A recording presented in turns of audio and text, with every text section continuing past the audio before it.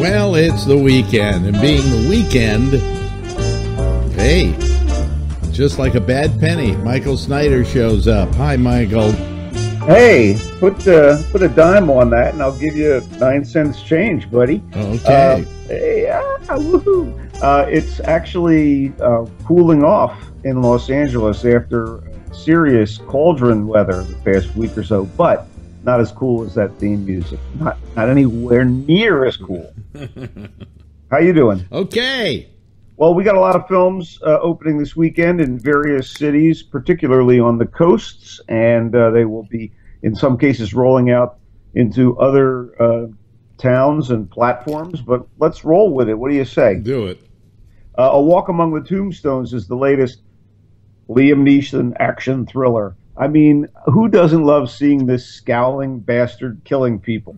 Everybody does. And A Walk Among the Tombstones is actually one of the best of the movies he's done since the first of those Taken movies. And, of course, we expect a little bit of angst, and we get it in full measure in A Walk Among the Tombstones, which is, in fact, based on a bestseller by Lawrence Block, who is a pretty wonderful crime novelist.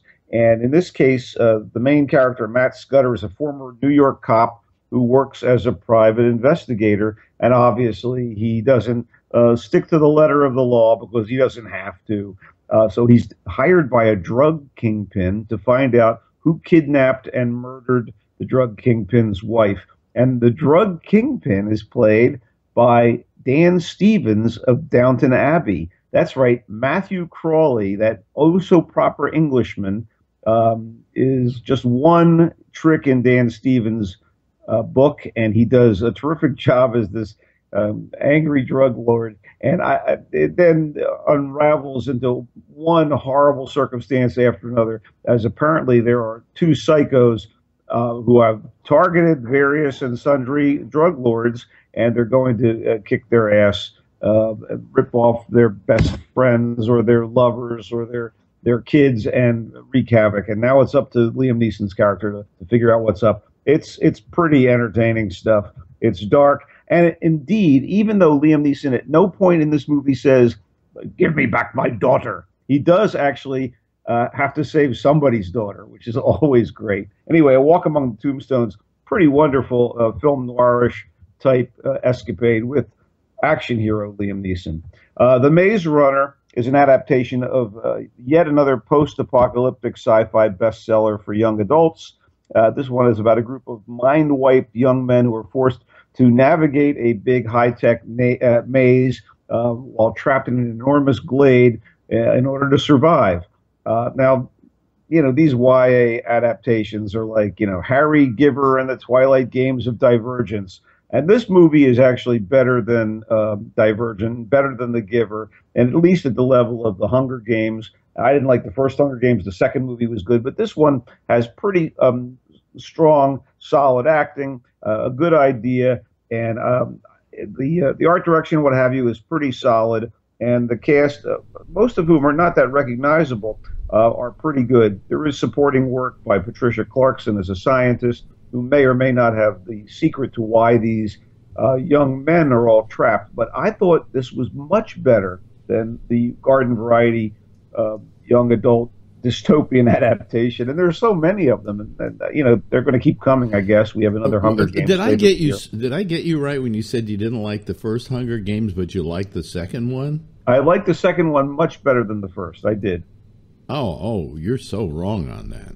Well, you know, right and wrong. I'm not crazy about any of them, frankly. I think the first Hunger Games was terrific. We walked out going, "Gee, that was better than it had to be." You know? Did you see the second one? Yeah, I thought the second one was better than the first. I thought it was a rehash. It's a continuation. Come on. No, they shouldn't call them a continuation. They should call them a rehash. Hash. Some people like hash. Anyway, The Maze Runner. Can't we just make a good movie and then say, okay, that's it. We're not going to make another one. No, wait, come on. This is an ongoing story. We haven't found out what happened to Katniss. Wait, we're reviewing. This is a film that isn't even out yet. The third Hunger Games. Moving on. This is where I leave you. Do you know they're remaking Ben-Hur? Wow. With the guy from Boardwalk Empire, Houston. What's his first name? I can't remember his first name now. His first name is Danny. Is it Danny Houston? No, it's not Danny Houston. Is it? No, I know it's Jack Houston. Is it Jack Houston? Yeah. Yeah. And they're going to do it. They're going to redo Ben-Hur, which to begin with is a terrible story, but they're going to redo it. And I just imagine that if it's a success, we'll have Ben-Hur too. Well, no, we'll have the gender swap version, Ben-Him. Yes. Anyway, this is where I leave you. Looks so promising considering the pedigree of the cast. Jason Bateman, Tina Fey, Jane Fonda, Adam Driver from Girls, Rose Byrne. Anyway, it's an ensemble dramedy, emotionally charged about the tensions between four siblings and their mother when they're brought together for the funeral of the family patriarch. Apparently, Dad, who was Jewish, has asked that Mom, who was not Jewish and played by, of course, Jane Fonda, Mom should bring together everyone to sit Shiva, which is where everyone's forced to be in the same house for 7 days. And I guess the family is supposed to bond, and they've been splintered and pulled apart. Sean Levy, who directed The Night at the Museum films, is the director here, and that wasn't promising.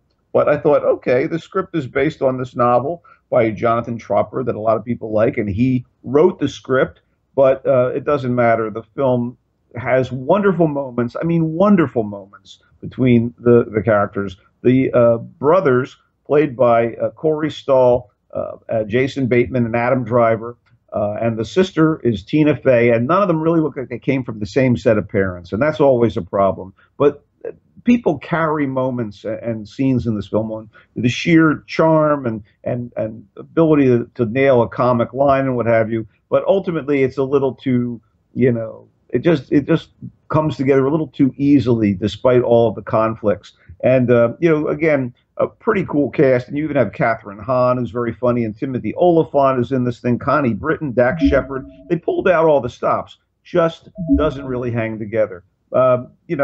Maybe a date movie, maybe you'll like it, but I thought it fell short, and I hoped for so much more considering the cast. Okay, Tusk. Writer-director Kevin Smith, Mr. Red State, Mr. Clerks, Mr. Chasing Amy, has come up with a film that apparently came out of a personals ad that he read on his podcast about someone who wanted to give a roommate position to anyone willing to wear a walrus costume around the house. I know, it's unbelievable that anything like this would happen, but here you go. It's the scare-fraught tale of a podcaster who goes missing in the backwoods of Canada while on an assignment, and then the search to find him. And I don't know. Justin Long, the guy from the Apple ads, plays the podcaster as a smirky a-hole. And I don't know about you, but after those Apple ads, I've longed to see this guy tortured. And finally, in Tusk, I get my wish. Other support comes from Haley Joel Osment, the former kid star who plays the podcasting partner, Genesis Rodriguez as the podcaster's girlfriend, Michael Parks as this weird old salt that this podcaster finds in Canada to interview and turns out to be a bundle of trouble, and Johnny Depp unbilled as a Quebec private investigator who used to be on the police force. And Depp is chewing the scenery, acting wacky. There are moments in this film, and one of the best ones, believe it or not, is an unbilled cameo by Zach Galifianakis. But it's not funny enough. The horror is pretty disturbing. It's all over the place, uneven, juvenile, repellent, and then it makes you laugh, and then it really disturbs you a little bit. And Tusk, is going to throw a lot of people off by its weird tone. Again, a shifting tone doesn't make for a great film. We have here. Somebody on our network here, Miranda Janelle, who is just the biggest Kevin Smith fan. So either break her heart or make her feel good. Is it good or is it bad? You really haven't said. It's bad with some good moments. Someone said, well, it's a kidnapping drama. and then at the same time, it's a horror movie, and I just wish it had been better. I went Well, in there. well, I have an open the heart. only thing I would agree with is all podcasters must die. So anyway, Very, that's thank you. All right, Tracks is a docu-bio drama pick that I really like. It incorporates elements of survival, female empowerment. There's aborigines, there's mad camels, there's dangerous kangaroos. Basically, it's the true story of a young city woman, an Australian, who decides in the 70s to make a solo trek through the Australian desert, accompanied by her dog and 4 camels. She meets a renowned photographer along the way, and he helps her get this trip financed by Nat Geo, with the agreement on her part that he will be able to drop in on parts of the journey and shoot it for the magazine. And of course, she wants to be alone. But this thing has glorious cinematography and fine and deep work from Mia Wasikowska, the Australian actress who was in Alice in Wonderland, the Tim Burton version, and other films. And Adam Driver back again in a better movie, playing photographer Rick Smolin, who I actually went to school with. And I'll tell you what, he does a great job nailing Rick Smolin in this thing, although Smolin was never as tall and lanky as Adam Driver. And the movie is just beautiful, and it carries you along with its story. It may move a little slow for some people, but moody can be great. Deliberate pacing can work to in the favor of a story like this. And I thought Tracks was pretty wonderful. The director, John Curran, had done The Painted Veil, which is an adaptation of Somerset Maugham's novel, which I thought was really nicely done. And this is as good in its way, if not better. And I say kudos to Tracks. The Zero Theorem was a disappointment to me. Terry Gilliam, the writer-director who was a member of the Monty Python troupe and has done such terrific films as Time Bandits and Brazil.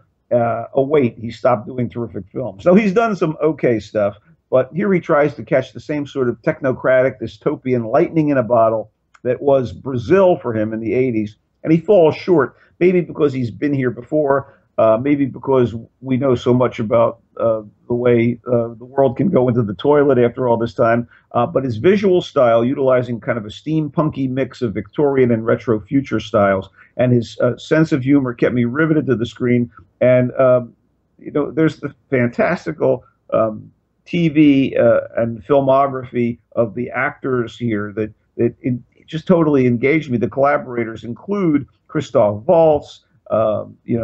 Matt Damon plays. Well, Waltz plays basically this kind of weird, eccentric guy who's a computer expert, and he's tortured. He lives a kind of partially hermetic life, and he deals with management, played by Matt Damon, one guy who is constantly helping him along with this project and pushing him at times.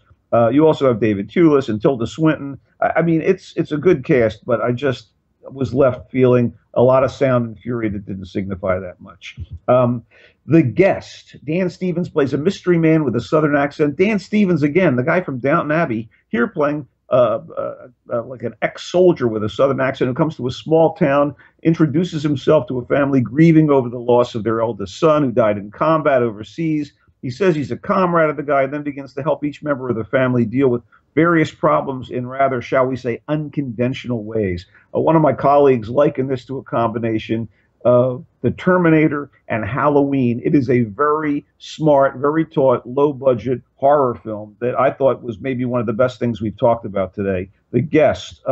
Is it great work? No. Is it a terrific B movie? Absolutely. I do recommend it. Let's start wrapping this up. Hector and the Search for Happiness is a mix of comedy, drama, and action starring Simon Pegg. Simon Pegg of Shaun of the Dead and Star Trek and various other things that I do love. And here he's a psychiatrist who is going to travel the globe to find the secret of happiness.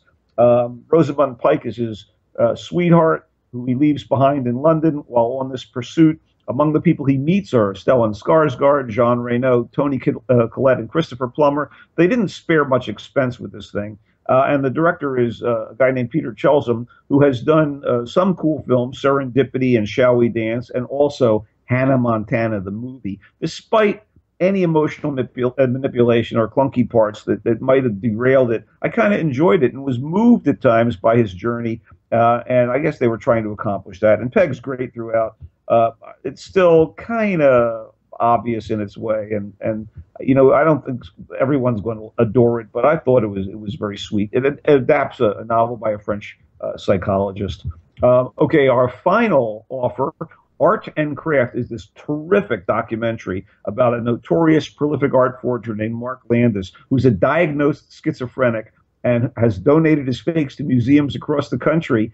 And he's brilliant. And he's actually offered an exhibition of his work in this movie. But you see this guy in his daily life, and you see all the people that he's like hoodwinked and people that have kind of allied themselves with him. This is astonishing stuff. Stranger than fiction. Very cool. Very cool. Okay.